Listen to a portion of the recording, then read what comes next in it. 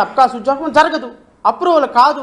ప్రతి రూపాయి secretary finance department నుంచి అప్రూవ్ కాందే గవర్నమెంట్ ఎంప్లాయీస్కి జీతాలు వెళ్ళవు. అట్లాంటిది మీ దగ్గర డేటా లేకపోతే మీ గవర్నమెంట్ ట్రాన్స్పరెంట్గా పనిచేస్తుంది, మీ గవర్నమెంట్ అద్భుతంగా పనిచేస్తుంది, మీ గవర్నమెంట్ 4 లక్షల ఉద్యోగాల కల్పన జరిగింది అని మీరు చెప్పదలుచుకున్నారు రాష్ట్ర ప్రజలకి? మీ ఫైనాన్స్ డిపార్ట్మెంట్ ప్రిన్సిపల్ సెక్రటరీ దగ్గర లేని ఇన్ఫర్మేషను మీ నారా లోకేష్ దగ్గర, మీ దగ్గర, మీ ప్రభుత్వం దగ్గర, ఏబిఎన్ ఆంధ్రజ్యోతి దగ్గర అండ్ ఈనాడు దగ్గర ఇన్ఫర్మేషన్ ఉందా?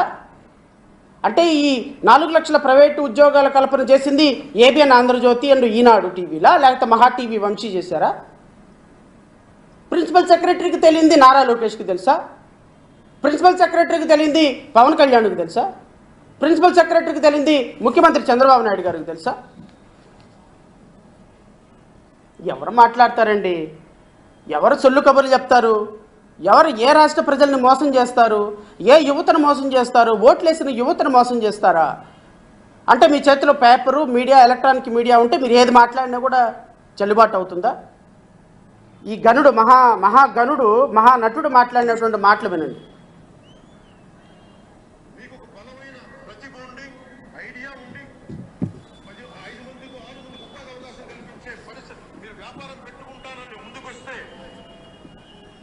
సంవత్సరాల్లో 5 లక్షల మందికి సంవత్సరానికి 1 లక్ష చొప్పున 10 లక్షలు బ్యాంకులు వేస్తారు. వినండి. మీకు ఒక బలమైన ప్రతిభ ఉండి, ఐడియా ఉండి, 5 మందికి 6 మందికి ఉపాధి అవకాశం కల్పించే పరిస్థితి, మీరు వ్యాపారం పెట్టుకుంటారని ముందుకొస్తే 5 సంవత్సరాల్లో 5 లక్షల మందికి సంవత్సరానికి 1 లక్ష చొప్పున ఈయన ఉపాధి కల్పిస్తాడంట. ఎవరికి? నిరుద్యోగ యువత ఆందోళనకు మద్దతు తెలుపుతూ పవన్ కళ్యాణ్ వీడియో విడుదల చేశారు. సీఎం చెప్పిన మాటకి ఆచరణకు పొంతనే. ఇది గత ప్రభుత్వంలో విడుదల చేసిన వీడియో. అయినా వంచనకు గురయ్యామనే ఆవేదన యువతలో ఉందని అన్నారు. రేపు రాష్ట్ర వ్యాప్తంగా అన్ని ఎంప్లాయ్మెంట్ ఎక్స్చేంజీలలో జనసేన నేతలు వినతి పత్రాలు అందిస్తారని పవన్ కళ్యాణ్ చెప్పారు.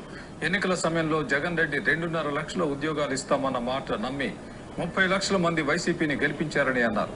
ఇప్పుడు 10,000 ఉద్యోగాలకు మాత్రమే నోటిఫికేషన్ ఇచ్చారని పవన్ తప్పుపట్టారు.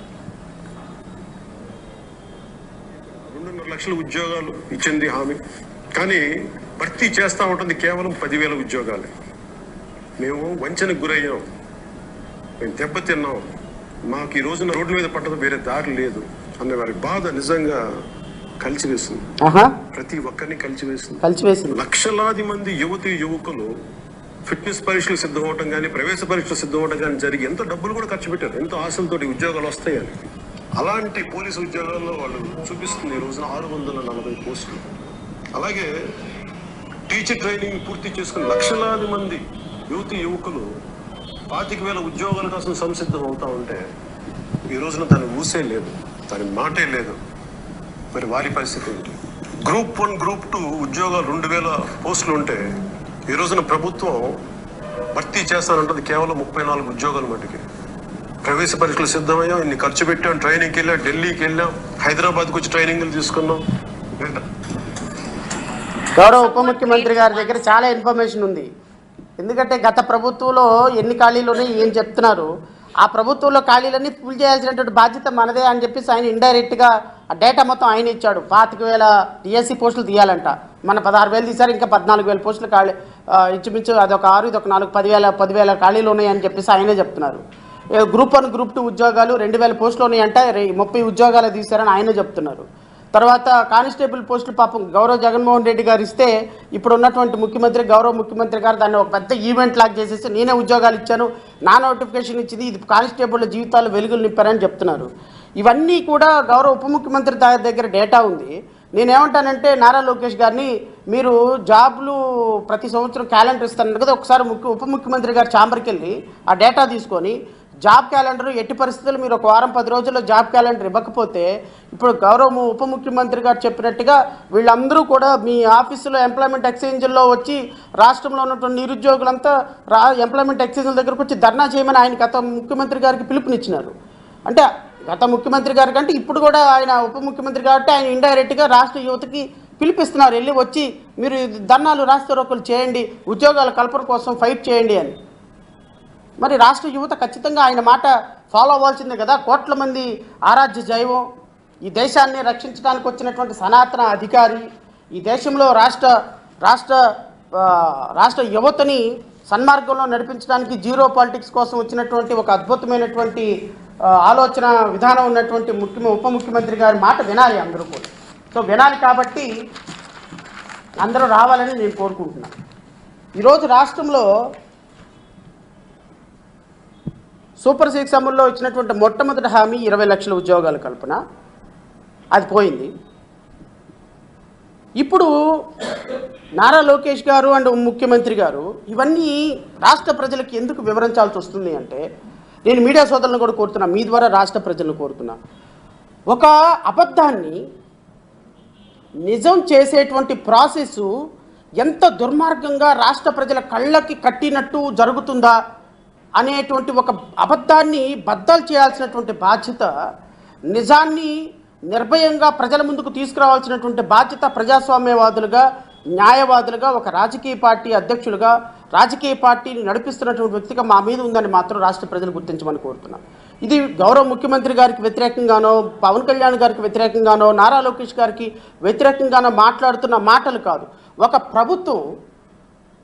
ప్రభుత్వం రాష్ట్రంలో అబద్ధాలు చెప్పి, అబద్ధాలు కుప్పించి, పాపం నిరుపమానంగా, నిరుపయోగంగా, నిస్సహాయంగా ఉన్నటువంటి రాష్ట్ర ప్రజలని ఏ విధంగా తమ యొక్క మాటల గారడీ చేత, ఏ విధంగా తమకున్నటువంటి మీడియా చేత, తమకున్నటువంటి వందల కోట్ల రూపాయలు సోషల్ మీడియాలో పెట్టి, ఆ సోషల్ మీడియా ద్వారా ప్రజల మైండ్ని పొల్యూట్ చేసి, నిజంగా రాష్ట్ర ప్రజలకి ఇదిగో ఇది చేస్తామని చెప్పి వచ్చిన తర్వాత అవి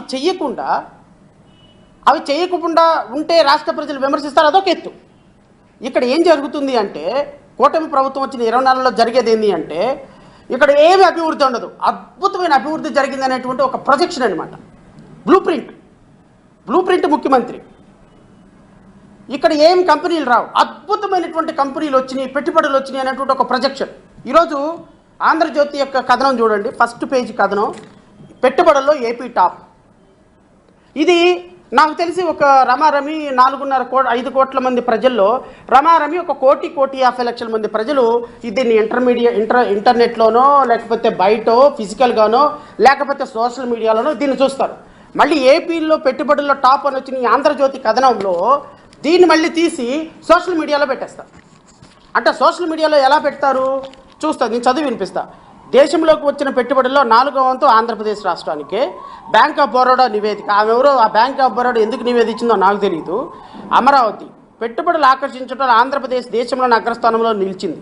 2025-26 ఆర్థిక సంవత్సరంలో ఏప్రిల్ నుంచి డిసెంబర్ వరకు దేశవ్యాప్తంగా వచ్చిన పెట్టుబడుల్లో 25% రాష్ట్రానికి వెళ్ళాయని, ఇతర రాష్ట్రాలంటికంటే గరిష్ట వాటాను సొంతం చేసుకుందని బ్యాంక్ ఆఫ్ బరోడా నివేదికను ఉదకరిస్తూ ఫోర్స్ ఇండియా తాజాగా కథనం ప్రదర్శించింది. ఇవన్నీ కూడా బ్యాంక్ ఆఫ్ బరోడా ఎందుకు వేస్తుందో ఎవరికి తెలియదు. What way it related to economic offences ఎవరికి తెలియదు. What way it related to GDPs ఎవరికి తెలియదు. What way it related to bank of Baroda, what way it related to economic reforms, nobody knows. ఇవన్నీ కూడా ముందు వేయటం. ఇది పొద్దున్న పేపర్లో చదవగానే ఓ పాప పిల్లోడు, ఒక డిగ్రీ చదివిన పిల్లోడో, లేకపోతే ఒక బీటెక్ చదివిన కుర్రాడో చదివి ఏపీ పెట్టుబడులు ఏపీ టాప్. అబ్బా, ముఖ్యమంత్రి మామూలు ముఖ్యమంత్రిరా? చంద్రబాబు నాయుడు, నారా లోకేష్ ఎందుకు దావూస్ వెళ్తున్నారు? ఇదిగో దీనికోసమే. ఎంత అద్భుతమైనటువంటి ముఖ్యమంత్రి అబ్బా, నిజంగా విజనరీ అబ్బా. 45 సంవత్సరాల విజనరీ ఏపీని తీసుకొచ్చి పెట్టుబడుల్లో టాప్లో నిలబెట్టాడు. ఎంత అద్భుతమైనటువంటి పెట్టుబడులు. నిజంగా గౌరవ ముఖ్యమంత్రి మావాడు. చూసావా? అదే జగన్మోహన్ రెడ్డి అయితే మొత్తం నాశనం, సర్వనాశనం. ఎవడు రాడు, పెట్టుబడి రాడు. అమర్ రాజా కంపెనీ వెళ్ళిపోయింది కదా, అట్లా వెళ్ళిపోయింది. ఎట్లా? ఇది ఒక మనిషిని యొక్క మ్యానిపులేషన్ మొత్తాన్ని, ఒక మనిషి యొక్క మెదడు మొత్తాన్ని ఆ విధంగా సైకలాజికల్గా అటాక్ చేసేటువంటి ఒక దుర్మార్గమైన పరిస్థితి. కానీ వాస్తవ రూపం ఏంటో తెలుసా? మీకు వాస్తవ రూపాలు వినిపిస్తా, రాష్ట్ర ప్రజలకు వినిపిస్తా. సార్, ఇది ఆంధ్రప్రదేశ్ రాష్ట్రంలో ఏ కంపెనీ వచ్చినా, ఏ ఇండస్ట్రీ వచ్చినా దానికి concern related industries minister sir. ఇప్పుడు పెట్టుబడులు పెట్టే అన్నీ కూడా కంపెనీలే.